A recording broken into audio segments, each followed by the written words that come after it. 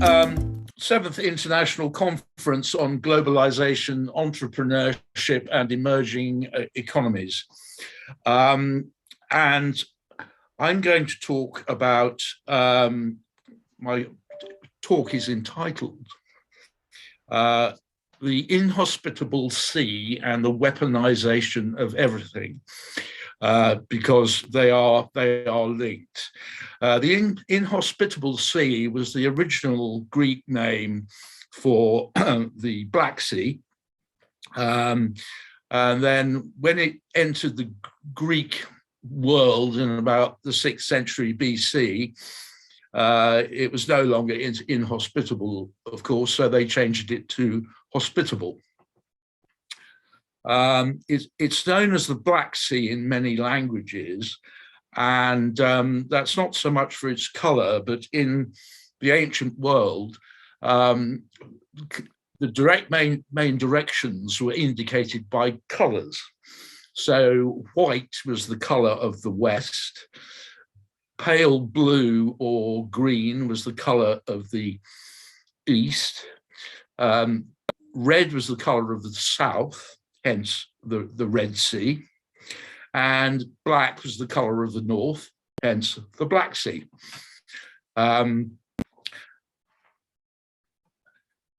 We're talking about globalization, entrepreneurship, and emerging global economies.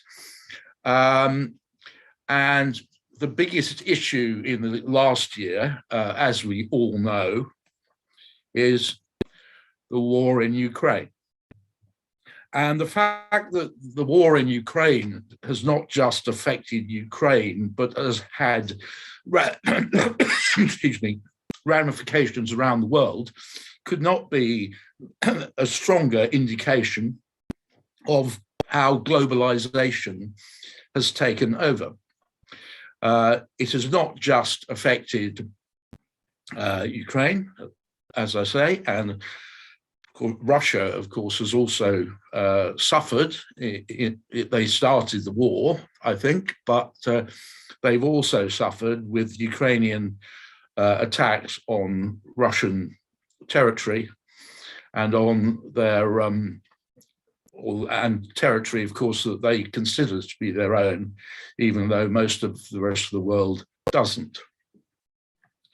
I'm not going to talk specifically about the naval and military aspects of this war, although that is my main discipline. I shall focus solely on how it affects the foci of this conference, which are, as you know, globalization, entrepreneurship, and emerging global economies. If you didn't know that, then you're probably at the wrong conference. There are therefore three wider issues affecting emerging global economies on which I shall focus, which are food security, energy security, and information security. I won't have a specific section on information security, but it obviously impacts on everything. The war started back in 2014 with an idea which was set out very clearly in a 2013 article by General Valery Gerasimov, the Russian chief of the general staff, i.e. the defense staff, all armed services. And the other person who's very important in this is Vladislav Surkov, a close advisor of Putin until February, when he was placed under house arrest, allegedly for alleged embezzlement of funds in the breakaway republic, the Ukrainian republic, which broke away or wanted to break away, of Donetsk. And Surkov came up with the phrase non-linear warfare. Now, this is sometimes referred to in the West as hybrid warfare. The Russians call it new type warfare or non-linear warfare. The phrase, Western-derived phrase, hybrid, gibridny, is what they say we are doing to them, and they talk about non-linear warfare. And this means that it's not warfare with tanks and guns. It's using all kinds of measures, including information, and, as we shall see, energy and food are all being used as weapons. In his 2013 article, much quoted, Gerasimov talks about the ratio of non-linear operations to linear, i.e. conventional kinetic shooting war, as 4-to-1. Now, if we think of the annexation of Crimea in 2014 as the start of the non-linear phase, and then the Russian attack on Ukraine in 2022, February the 24th, 2022, is the linear phase. And if the ratio is 4-to-1, then that suggests, I'm afraid to say, that the linear phase may last for 2 years more, or 2 years. That's undoubtedly not what the Russians had hoped for. They had hoped that they would take Kiev and overthrow the government very quickly, and they were not prepared for a long war, which it now looks as if we are going to see. So that's the background to all this. Weaponization of everything. That is the title of a book, a brilliant book in my view, The Weaponization of Everything, a Field Guide to the New Way of War, written by Mark Galeotti, who's a professor at the University of London and also at the Royal United Services Institute in London. And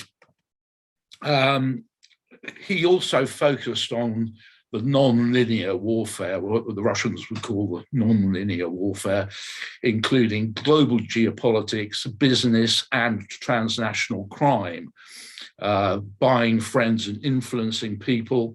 For example, the Chinese investment in bases abroad. We have for the first time, we have a Chinese military base in Djibouti, and indeed every aspect of life and culture in general, what is sometimes referred to as soft power. So hence, every aspect of life, Galeotti says, can be used as a weapon.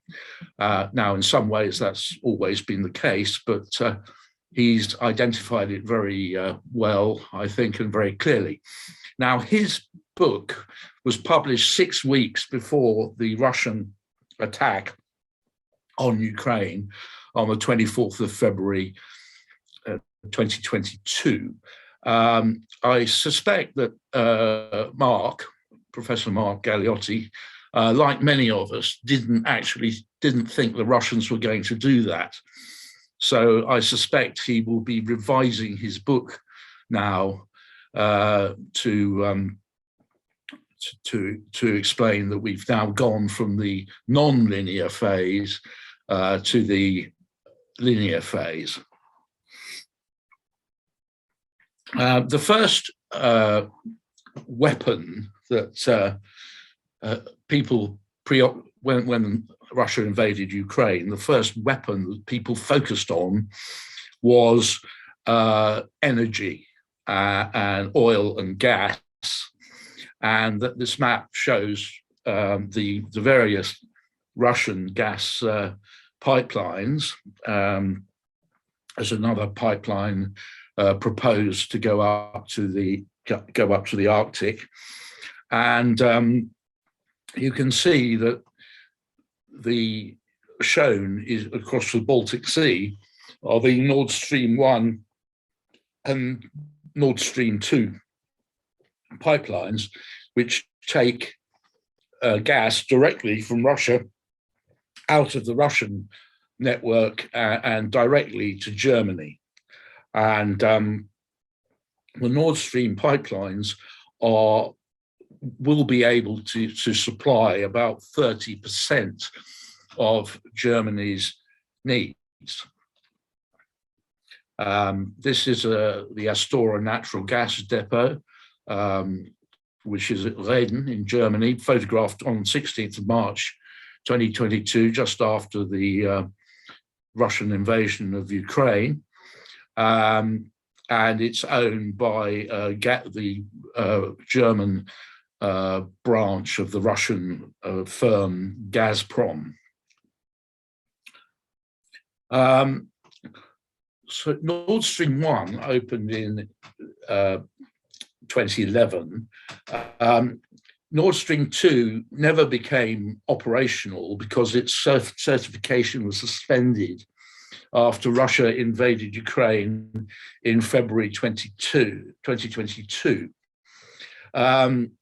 And then on 26th of September this year, an explosion was detected originating from Nord Stream 2, and a pressure drop in the pipeline was reported. Although it never became operational because Germany wouldn't authorize it because of the invasion of Ukraine, it was nevertheless full of gas in readiness for becoming operational, as was Nord Stream 1.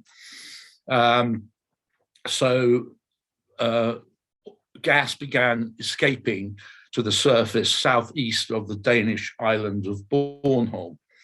And 17 hours later, the same occurred to Nord Stream 1. So the positions of these explosions are shown on the map. And there you see the natural gas leaking out into the Baltic Sea. And this is where the information war kicks in, of course, because everybody assumed that it was the Russians who'd blown it up, but the Russians accused various people, including the Royal Navy, of being responsible for blowing it up. Well, I don't think it would have been in our interest to do that. And so the war of words, the information war, intensified over that. I'd now like to move to the Inhospitable Sea, the Black Sea. On the top left, you can see the situation in the Black Sea before annexation by Russia in 2014. So the Russian claim is shown in the dark shaded bit, and the Ukrainian share is shown to the left, to the west. These are both the territorial seas, which go out to 12 nautical miles from shoreline, and the EEZs, exclusive economic zones. Now, an exclusive economic zone can go up to 200 miles from the shore, or indeed 350 miles if a state can claim the continental shelf in that area.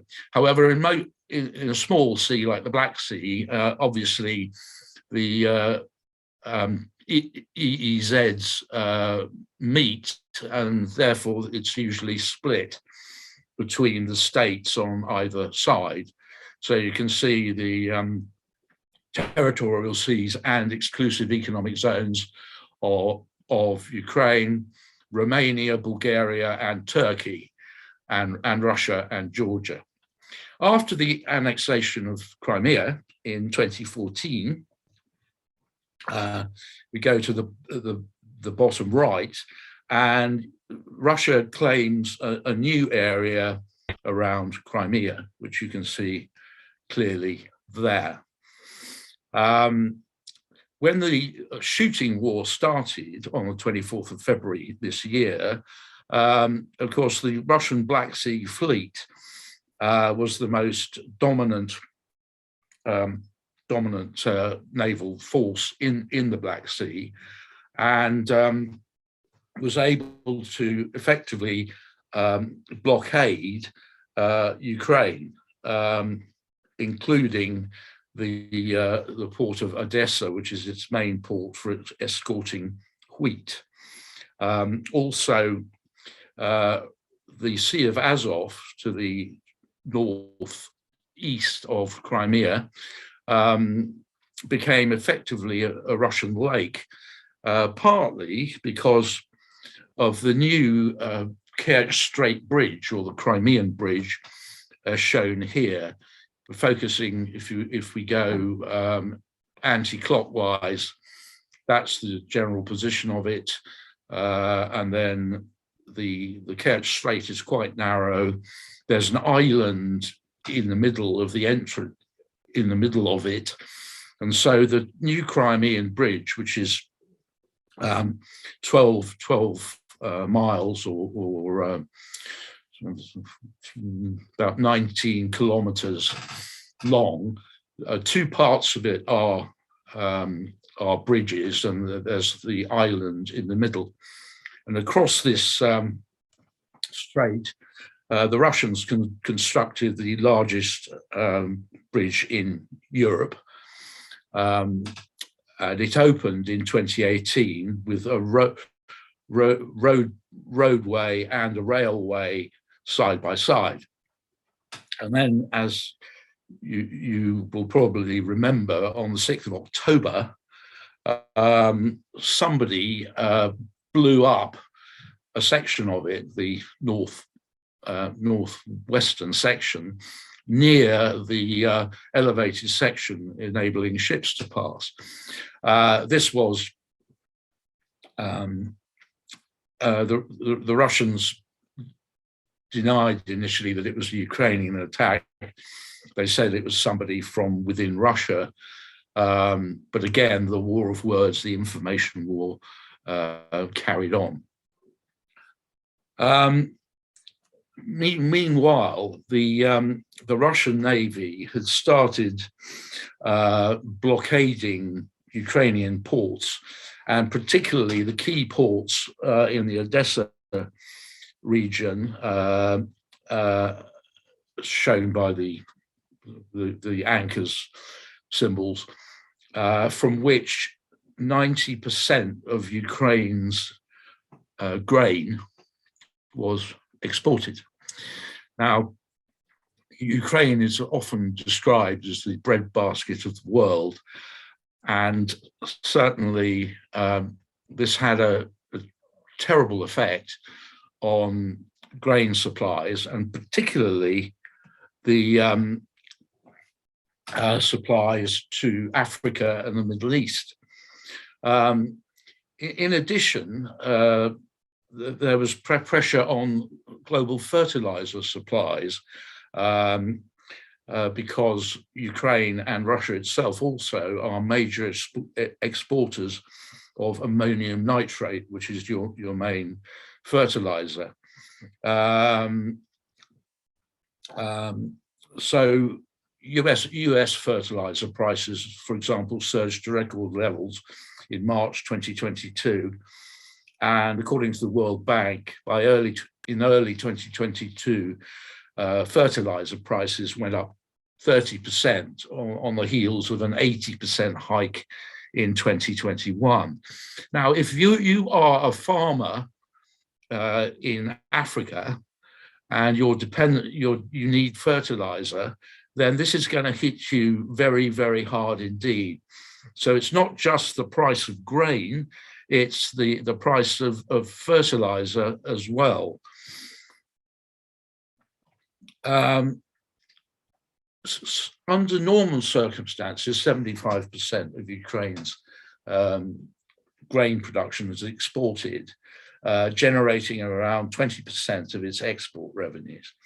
Before the war, Ukrainian Black Sea ports accounted for, as I said, 90% of its export of grain and oilseeds, primarily sunflower oil, and the price of sunflower oil has also rocketed. Some of the world's most vulnerable countries are dependent on imports from Ukraine. Lebanon, Tunisia, Somalia and Libya all relied on Ukraine for at least half of their wheat imports. Eritrea sourced 47% of its wheat from Ukraine and the remaining 53% from Russia. And for the first 5 months of the all-out war, the Russian blockade of the Ukrainian coast and the Black Sea ports, from which it exported 90% of its grain, threatened a global food crisis. In addition, the Ukrainians said that Russia had stolen about 600,000 tons of grain from Ukrainian farmers because the Russian invasion at the end of February, March coincided with the spring sowing season, and also that grain taken from the areas of Ukraine now occupied by Russia was stolen and then transported to the Middle East. So Russia was not only stealing Ukrainian grain, it was also selling it and therefore helping to fund its war effort. The Kremlin, of course, in information warfare again, denied the allegations, calling them fake news. After 5 months, the Black Sea Initiative was signed, whereby Ukraine and Russia, brokered by Turkey and under the supervision of the United Nations, and you can see the flags there in the background. On the 22nd of July, the deal was signed, and in order to enable grain to be exported from those Ukrainian ports, and you can see the main ports on this map. You can also see the symbols for minefields, which were laid by the Ukrainians to keep the Russians away from Ukraine, but they know where they are. And then the route goes out from Ukraine through the Bosphorus and the Dardanelles. And in Istanbul, there is a joint coordination center where ships are inspected to check that they're not carrying the wrong sorts of things, and then can be allowed on to their destinations. The original agreement was set to expire on 19th of November this year, but the renewal negotiations were interrupted because the Russians then pulled out because of an attack on their naval vessels in the port of Sevastopol. Russia, however, resumed its participation on 2nd of November, and on the 17th of November, the UN in Ukraine announced that the agreement had been extended for a further 120 days. So that agreement is still working. I would stress that this is not a ceasefire. It is not an armistice. On the very day that the Black Sea Initiative was signed, the Russians hit Odessa with more missiles. So it only affects grain shipments and shipments of foodstuff. Anything else, the Russians regard as a legitimate target. It's also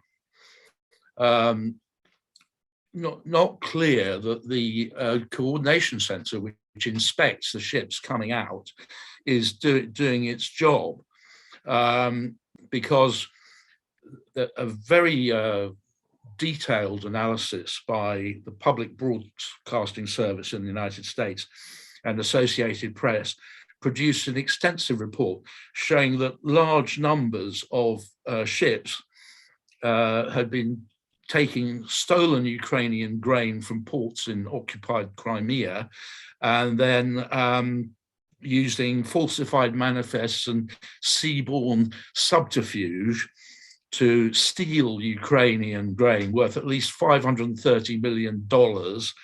That was at the beginning of October, cash that has helped feed President Vladimir Putin's war machine, unquote.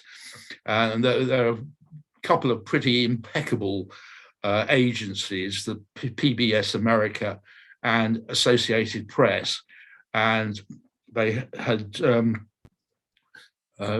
recorded large numbers of ships taking stolen grain from Crimea to the Middle East. So the Joint Coordination Center obviously isn't doing its job properly. So in conclusion, every item, whether it's information, culture, is part of this war, and that has global implications, and particularly grain, bread, and fuel has been hit, as a result of which prices have gone up around the world, and we're also certainly in Britain, we're going to be cold this winter. So that's those are my prepared remarks. So any questions?